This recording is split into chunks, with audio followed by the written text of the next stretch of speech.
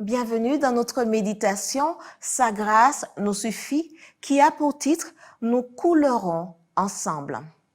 Marie, aimez chacun votre femme, comme le Christ a aimé l'Église et s'est livré lui-même pour elle. Éphésiens 5, verset 25.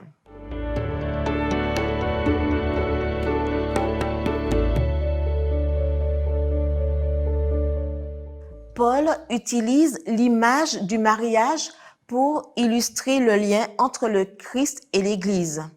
Et il utilise cette relation entre le Christ et l'Église pour illustrer et renforcer le lien matrimonial. Voyons quelques caractéristiques de cet amour. Premièrement, amour sacrificiel. Il exhorte les maris à aimer leurs femmes, tout comme le Christ a aimé l'Église. Son amour n'était pas seulement déclaratif, poétique ou énonciatif. C'était un amour qui comprenait le sacrifice de la mort. Deuxièmement, amour sanctifiant.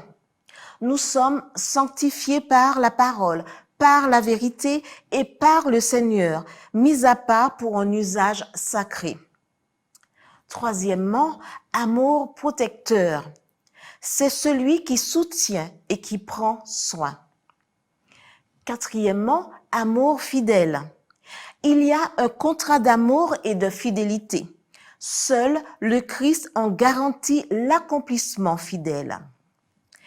Elle était née Ida Blum à Roms, en Allemagne, et était la 5e d'une famille de 7 enfants.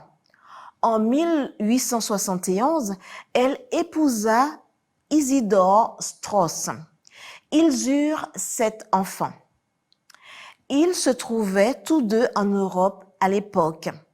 Au départ, ils devaient embarquer sur un autre navire, mais à cause d'une grève dans l'industrie du charbon en Angleterre, ils durent monter à bord du Titanic. La nuit du naufrage du célèbre paquebot, le couple se trouvait près du canot 8 en compagnie de leur domestique, Helen Bird.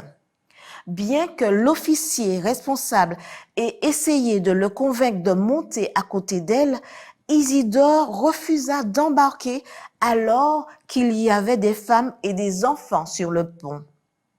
Cependant, il exhorta sa femme à monter, mais elle tint à rester avec lui. De toute évidence, il n'y avait pas de place pour sauver les deux. Il n'y en avait qu'une.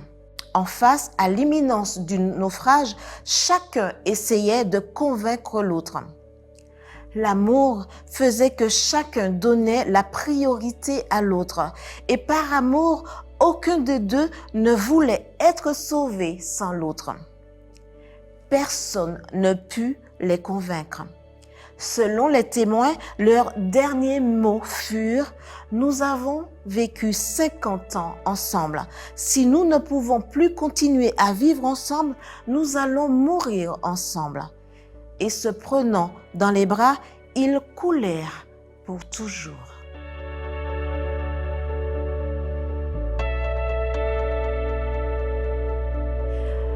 Le corps d'Isidore fut retrouvé, pas celui d'Ida, dans le cimetière de Woodlawn, dans le Bronx, à New York, se trouve dans le mausolée des Strauss une pierre tombale.